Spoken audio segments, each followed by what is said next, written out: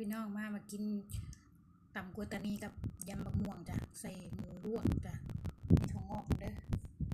ถั่วงอกนำอันนี้ตำกัวตานีจ้ะเนี่ย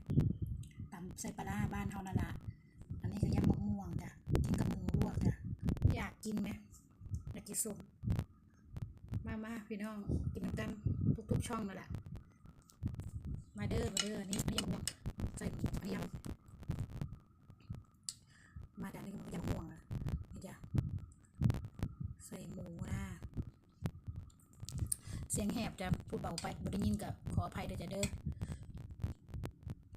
นี่จ้ะมะม่วงใส่หมูแซ่บนะแซ่บเนาะกับหมูลวกแซ่บไม่ได้จะเว้ามาเด้อแซ่บครับ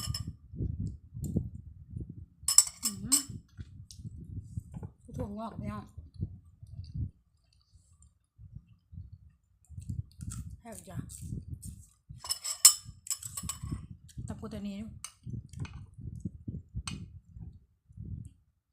ทำกล้วยตักให้พี่น้องเบิ่งทุกคนจ้ะคำนี้ทุกคนนะทุกช่องมากินผู้เดียวเลยพี่น้องอยู่ผู้เดียวกินผู้เดียวจ้ะ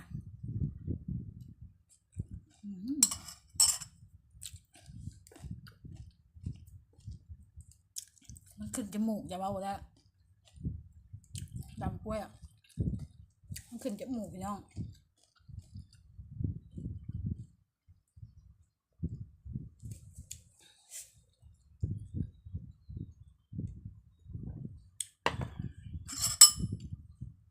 น้ำตาแรงเขากะจ้ะนี่ก็นอนเขากะกลางคืนพอได้อยู่ใกล้ๆภูเก็ตกระบี่ป่าตองก็มาหาได้จ้ะ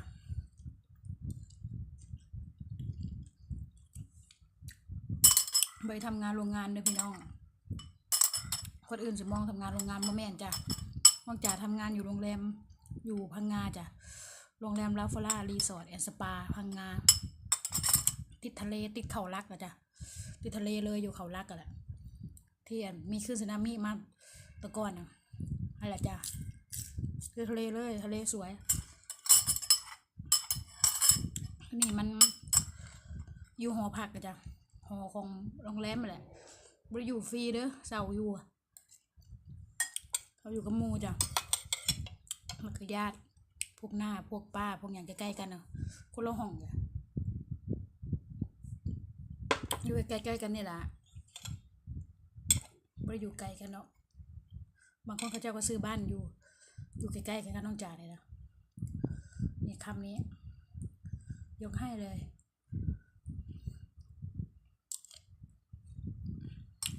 มาเนี่ยทำกล้วยอ่ะตักคำใหญ่ๆเอานี่ใช่มะเขือคืนนะไหมเขือคืนบ้านเฮาอ่ะไหมยูสโคสีเหลืองแซ่บจ้ะ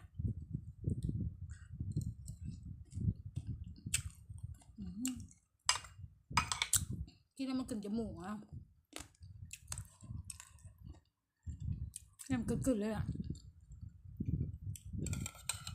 ว่าจะย่ำมะม่วงใส่กุ้งสดพี่น้องแต่กุ้งมดบ่ค่อยได้ไปตลาดงานหลายช่วงไงจ้ะ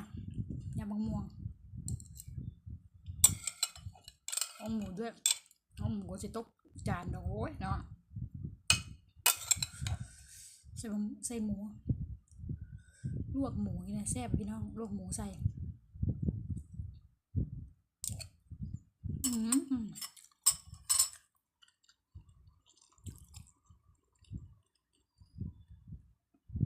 แซ่บอ่ะคลิปนี้ก็แค่นี้เลยจ้ะพี่น้องทุกคนขอบคุณสำหรับคอมเมนต์จ้ะทุกกำลังใจจ้ะและก็ขอบคุณทุกช่องที่เข้ามานะจ๊ะว่างๆจะลงคลิปไปเที่ยวจ้ะทะเลช่วงนี้บ่ค่อยว่างไปไหนค่ะขอบคุณเด้อคุณหลายๆจ้ะ